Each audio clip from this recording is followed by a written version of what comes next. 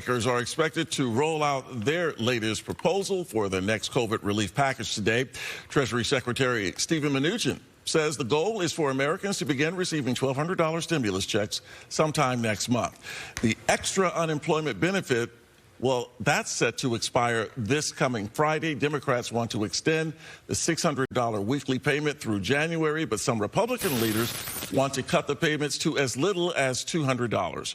Joining us to discuss all of this is California Congressman Adam Schiff. And Mr. Schiff, thank you so much for joining us this morning. Really appreciate it. And let's begin with that, because that seems to be a major sticking point. The Republicans, we expect, will propose between $200 and $400 a week with the unemployment benefit. Not good enough for you?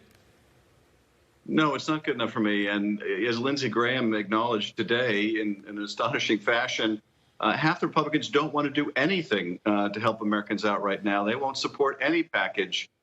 Now, they've had over 2 months to work on this. We passed a bill in the House to extend these unemployment benefits to help states and schools and school districts, to help struggling American families, and they just sat on their hands for 2.5 months, and now they haven't even come forward with a proposal of their own, but apparently they want to cut people off from extended unemployment. Millions of people, they want to go back to work, but they can't go back to work right now, and they need our help, and it's just so irresponsible that the GOP waited this long and still is offering so little. Well, Congressman Schiff, a lot of Republicans say if you're giving people $600 extra a week, quite often that's as much or more than they make when they go to work. So what's the incentive for them to go back to work if they're making more money by sitting at home doing nothing? You know, there is a group of people that potentially could make more from the $600. But people want to go back to work, and there's a far larger, overwhelming number of Americans, millions of Americans, that in fact can't go back to work. And if they get less than this amount, they're not going to be able to make ends meet. They're going to be subject to eviction or foreclosure, or they're going to not be able to put food on the table. And the GOP doesn't seem to be all that concerned about that. You know, we are very supportive of an employee retention tax credit, ways of incentivizing the rehiring of workers and incentives for workers to go back to work. But we don't want to leave high and dry the tens of millions of people that have been forced to go on unemployment. They'll be forced to continue going on unemployment because the president has done such a terrible job handling this pandemic, and it's simply not possible for them to return to the workplace. Congressman Schiff, let's talk about the $1,200 stimulus checks, which we are expecting. However, there seems to be another sticking point that's brewing. Republicans this time want to lower the eligibility to those who are making $40,000 or less. At least that's what we expect them to propose.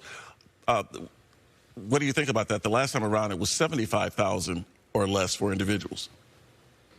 Well, you know, I think about the fact that it was just about 2.5 years ago that the Republicans spent $2.2 trillion on a tax cut for the wealthiest families in the country and for large corporations to engage in stock buybacks and increase executive compensation. That apparently the GOP thought we had the resources to do. But when it comes to helping working class and middle class families, apparently they don't think we have enough money to do that. They don't feel we have enough money to help people who are unemployed. You know, that's where their values are, but that's not where our values are. You know, I think we need to help people that are struggling to keep their businesses open, that are struggling to put food on the table. And that's a lot of working class and, yes, a lot of middle class families. So I don't think that makes much sense either. But it's what you get when a majority of their caucus doesn't want to lift a finger to help these families at all. So, Congressman, here's the thing. I mean, I get it. This is the way our system works. So you guys are far apart. You're going to have to come together. You're going to have to come to some kind of compromise. In the meantime, those benefits are going to expire at the end of this week, and people are going to be hurting, and God only knows what damage is going to do to the economy, which is already suffering incredibly. Do you see you guys coming up with some type of compromise before the end of the week? You know, we're going to have to come up with a compromise. And you're absolutely right. It's inexcusable that here we are. Unemployment has run out for most Americans. But how did we get here to this impasse at this date? And the answer is the Democratic caucus passed the bill over 2 months ago. And Mitch McConnell sat on it and did nothing. He waited until the benefits expired. And he did that quite deliberately. This isn't a coincidence that we are where we are.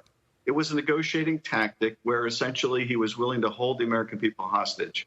And I think that's a shameful thing to do. However long it takes us to get to yes, we will work and stay here and get to yes. But the fact that he would put it off this long and cause more American families to suffer, I think, is inexcusable. Well, I'm sure Republicans have a completely different point of view, but Congressman Schiff, we thank you so much for coming on this morning with us and explaining the Democratic side of things. Thank you, sir. Thank you.